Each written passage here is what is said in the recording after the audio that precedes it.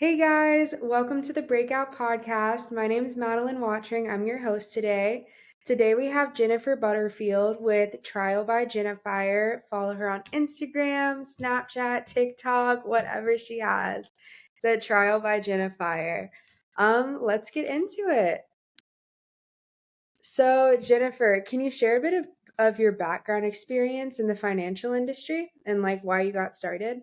Yeah. So, first of all, thank you so much for having me on your podcast, Madeline. Again, my name's Jennifer Butterfield. I'm the founder of Trial by JenniFire, which is a personal finance platform.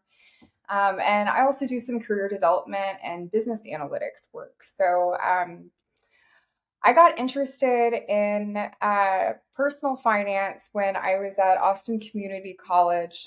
We founded a business club there, me and two of my colleagues, and we had several workshops scheduled for our membership. And we invited a career coach from or a money coach from the Career Center to come and do a two-part workshop on finance, and so on personal finance specifically. And so she came and it blew my mind. She shared Dave Ramsey's Ben and Arthur with us and illustrated the power of compound interest and what a retirement account can look like if somebody is saving for like the first 8 years of their adult life versus contributing every year from like 26 on, and the figures were astonishing to me. And I started to kind of toy with these concepts of like the time value of money and compound interest, but was really focused on finishing my degree and transferring at the time. And so that kind of planted the seed. I got involved with the FIRE movement and community, which is called Financial Independence, Retire Early, hence Trial by JenniFire. And that is a group of people who are all about getting to a place where they can retire early or become work optional through little pivots in lifestyle changes. And so I was exposed to that around the same time. And so I started to ask questions like, um, has anybody ever gone a full year without buying clothes? How did they do that? Or just looking at how I could cut my expenses and increase my income, and looking into low risk index funds like the S&P 500 and learning more about, real estate investment. And so to be fully clear, so my background, I have a degree in business administration and I'm working on a master's degree in business analytics. And typically, the work that I do is more on an educational plane. So I'm not a certified financial planner. I'm not an attorney or a CPA. And I don't give professional financial advice, but I do have my own experience and my own journey. And I share that pretty openly with people because that's what's worked for me. And these are tools to help improve and educate others on financial literacy, which I think is incredibly important, because I come from a family where, my mom was a single income, and, on a commission for real estate. And when things were really good, they were great. But when they weren't, we were like, are the lights going to stay on? And so I really wanted to turn my attention towards, okay, what does it look like to build wealth? And how do I do that? And so, yeah, I feel excited to be here and talking about that. And yeah, hopefully that answers your question. It definitely does. I totally relate to that with the single mom part. Mhm. My mom was a single parent teacher as well, so it can definitely be a struggle with that. Mhm. So, why do you feel that you're certified to, or not certified, but why do you feel like you can give your experience Mhm. on financial advice? And I say that because Morgan Housel, the author of Psychology of Money, like one of the points he makes in this podcast is that you should not be giving out financial advice to someone because it's like a doctor giving out like Mhm. medical advice. Like you wouldn't take medical advice from a stranger. So why do you feel like you can give advice on this?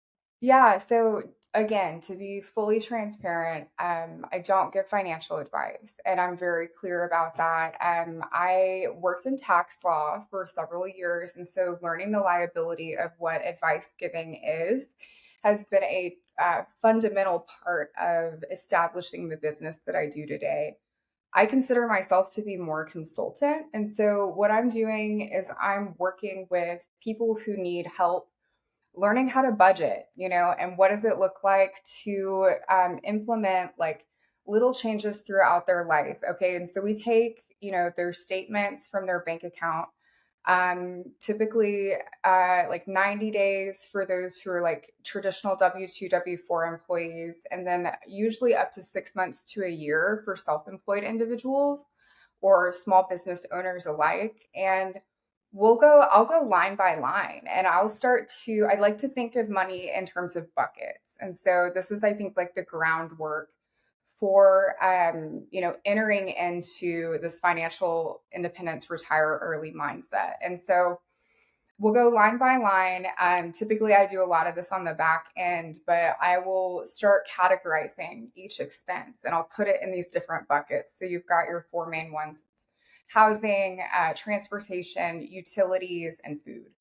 But then there's also things like entertainment and travel and pets, right? Like, and then, there's childcare when you have, kids at home. And so looking at, okay, so how much am I spending each month on this expense? How much am I spending each month on this expense? And I put it in buckets. And so we usually will meet, we'll go over it, and I'll ask them, so what do you think about this number? The one I get the most is people are like astonished with eating out and retail. And they're always just like shocked at how much they're spending. And I think so much of this consumer mentality, right? Where people are consuming because of media or Amazon and the instant gratification of ordering something and it arriving that day at your doorstep, and people oftentimes find themselves in this loop where they are spending money to produce dopamine in the brain, essentially. And so it's so fascinating. And I think a lot of it is accountability and just looking at the facts, and saying, is this where you want to be spending this money? And if not, like, where would you like to put it instead? And I think that takes a lot of the emotionality out of it. And so it doesn't become this shame cycle or, guilt about where my money's going. It's like, okay, well, I just want to put it in a different bucket, and I think like that is like the fundamental baseline, is just knowing where each dollar is going. From that point, I think it's important to talk about building up an emergency savings fund. For those W-4, W-2 employees that are in traditional 9 to 5 work, because of the steady income that is guaranteed with those types of positions, I typically, would save 3 to 6 months on average worth of expenses. And then for self-employed, I would use like a year's worth of expenses saved up, just to have a cushion, and putting that in like a high yield savings account where I can get to it easily, but it also has, a yield for like interest. And it's not just sitting in an account with a 0% interest rate. And then, yeah, looking at things like maxing out 401k contributions, HSA contributions, Roth IRA. Some people are overqualified for Roth IRA, so it's looking at like a backdoor Roth, and yeah, I really steer clear away from giving investment advice, but I do have my own experience of things that I have learned throughout the years. Yeah, just showing people the numbers. And I think that educating people is really important. I think back in the day, you had to go to a stockbroker to buy a stock, and today it's a lot easier. And so, yeah, financial literacy is incredibly important, and there's a wealth of resources out there. And I highly suggest, anytime somebody is doing something as risky as investing, to talk to a CFP, CPA, an attorney, any of those qualified professionals for that advice. But um, in that same breath of air, I think that it's a lot more accessible today to learn about that information and also to grow wealth. So, I love that. Yeah. I definitely really like to invest. I think it's super fun because if you just don't think about it and then you go onto your phone and you're like, "Oh, this is so exciting." Like always the S&P 500 is one of my go-tos for sure as well. Do you use the app YNAB? no. So is that something? Oh, for you need a budget? Yeah, you need a budget. It has the same concept that you're talking about, the buckets. Mm-hmm. That's what my financial advisor always says is like, Mm-hmm. think of it as filling up buckets. And Mm-hmm. if you overfill it, then you need to transfer some money. Mm-hmm. Yeah, totally. I don't use You Need a Budget. I do have Rocket Money, but this past quarter, I did design an Excel workbook called Trial by JenniFire 2024 Wealth Planner. And it is a multi Excel or Google Sheets, depending on which like function you like to use. But it can calculate through different formulas, like the age in which you can become work optional based on your income. It has monthly budgets.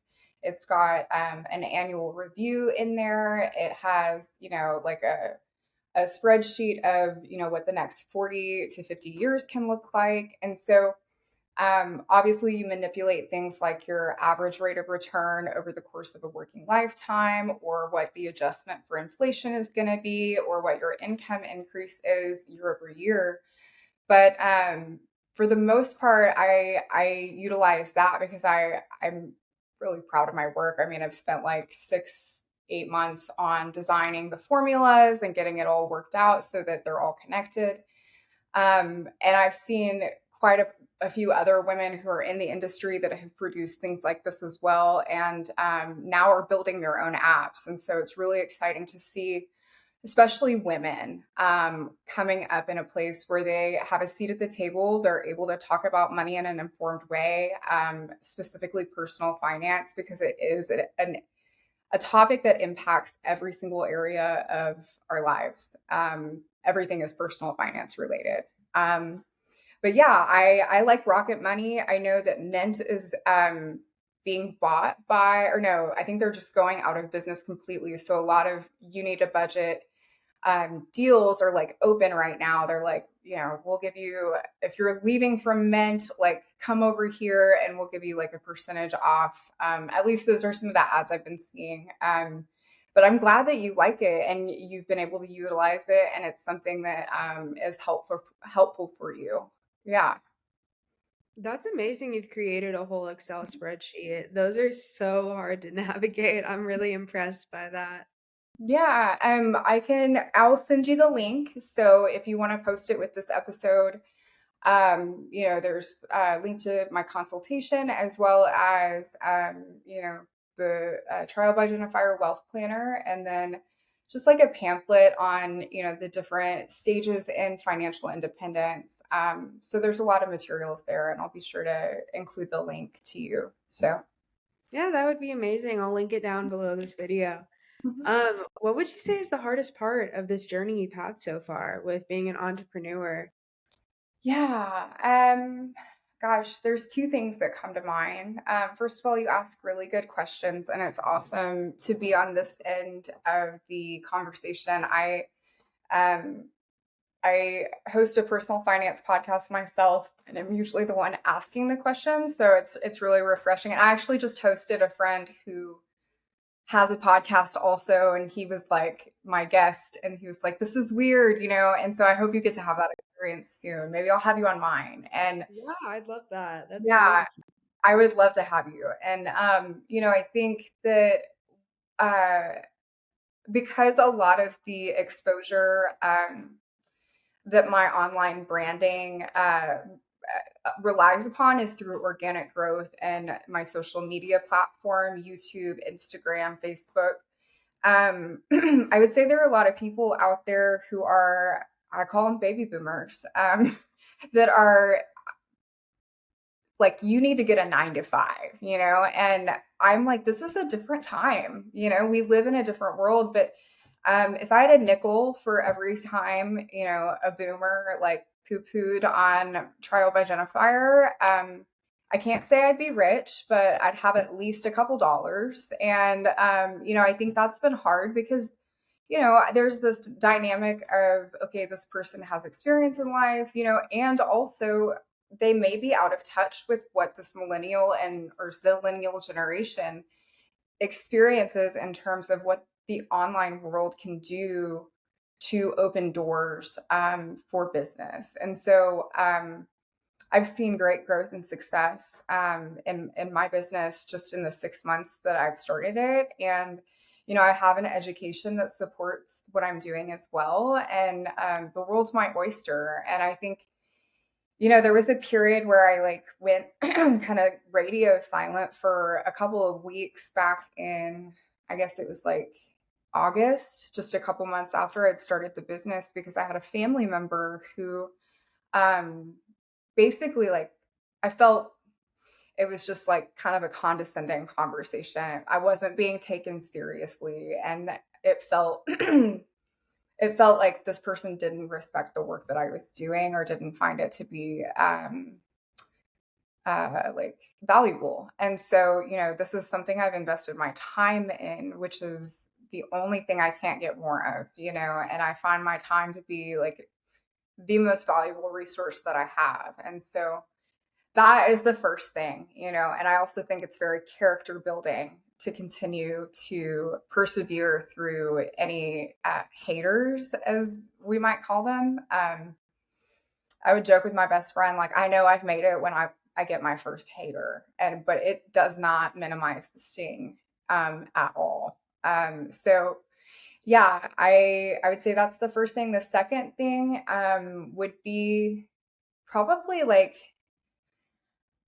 having to make some of these lifestyle changes. In the past, I don't know, 6 months since I started the business, it really hasn't made sense to continue getting my nails done or go and spend $450 every 6 weeks at the hair salon, or getting Botox or fillers or any of these things that I was using as a way to present my appearance in a way that I thought society would find me attractive. And that is a whole other um like can of worms to open when it comes to women and the pressure that they feel in the beauty industry, which is like a multi-billion-dollar industry, and how that affects our finances. And so it's been difficult to learn to love myself in the way that I look without all those things, because I was so under the impression like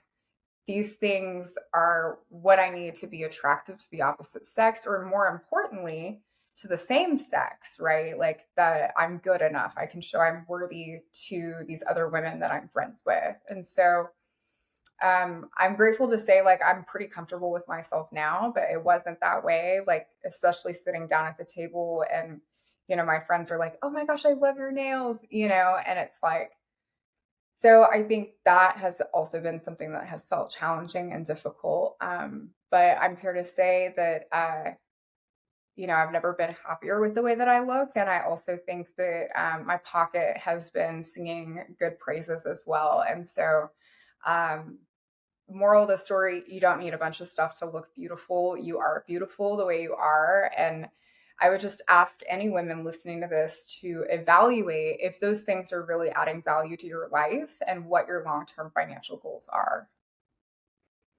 I love that. That's great advice to other women out there. It's really hard to be a woman in this industry, especially because it's so traditionally ran by men, Oh, which yeah. isn't an issue, of course, but it's definitely makes it a bit harder to find like-minded women and to be treated seriously in this.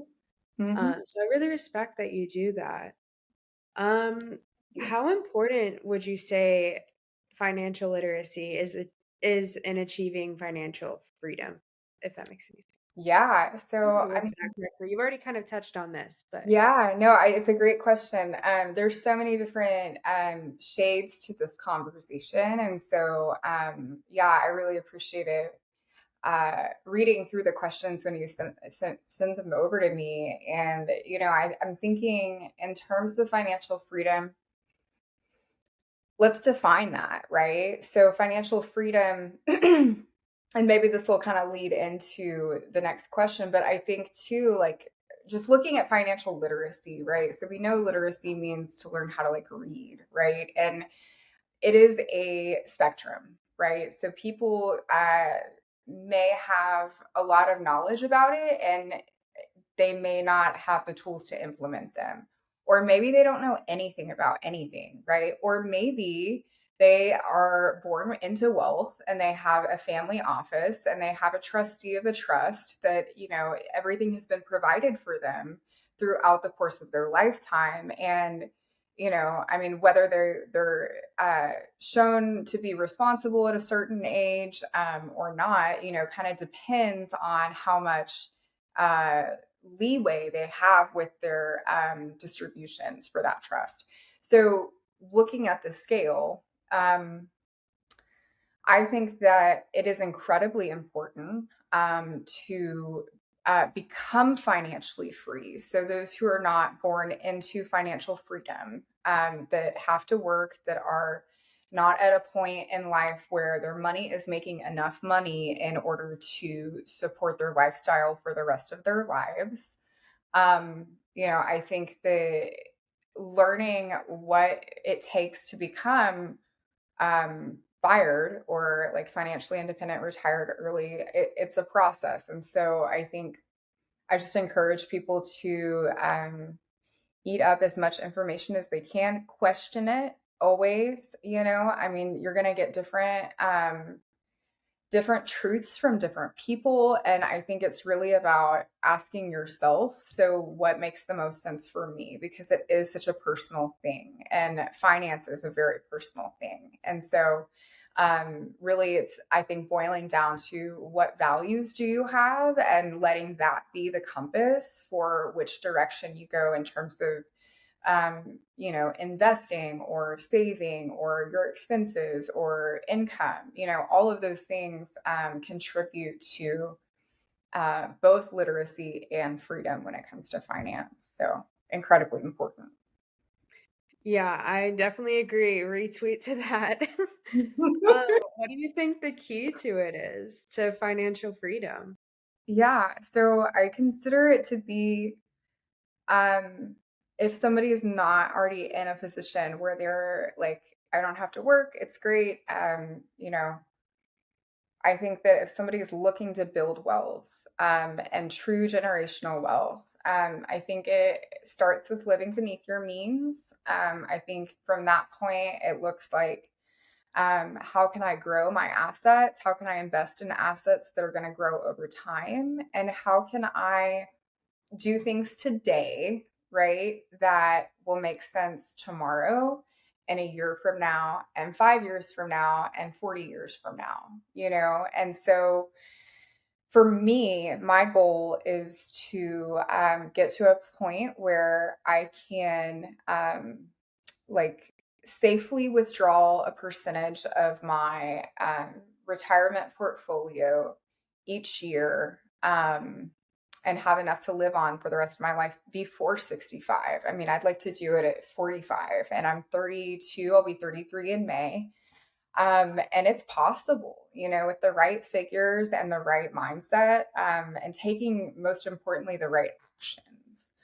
It doesn't, retirement isn't just something that you wake up one day and it's like, oh, I can retire. Like, it requires a mindset, I think, of delayed gratification and thinking of the end, beginning with the end in mind, and really asking myself on a daily basis, because I have a tendency to be impulsive just in general. And it's taken a lot of practice and discipline to get to a point where I'm not just, putting a bunch of stuff in an Amazon cart and like, supporting fast fashion or like, going and doing the thing that I think I need to do, like going to a concert or whatever. Not saying those things aren't important. They're not important to me right now, and you can tell a lot about a person's values by where their money is going. And so, yeah, I mean, for me, it looks like making sacrifices until I'm in a point where I'm coasting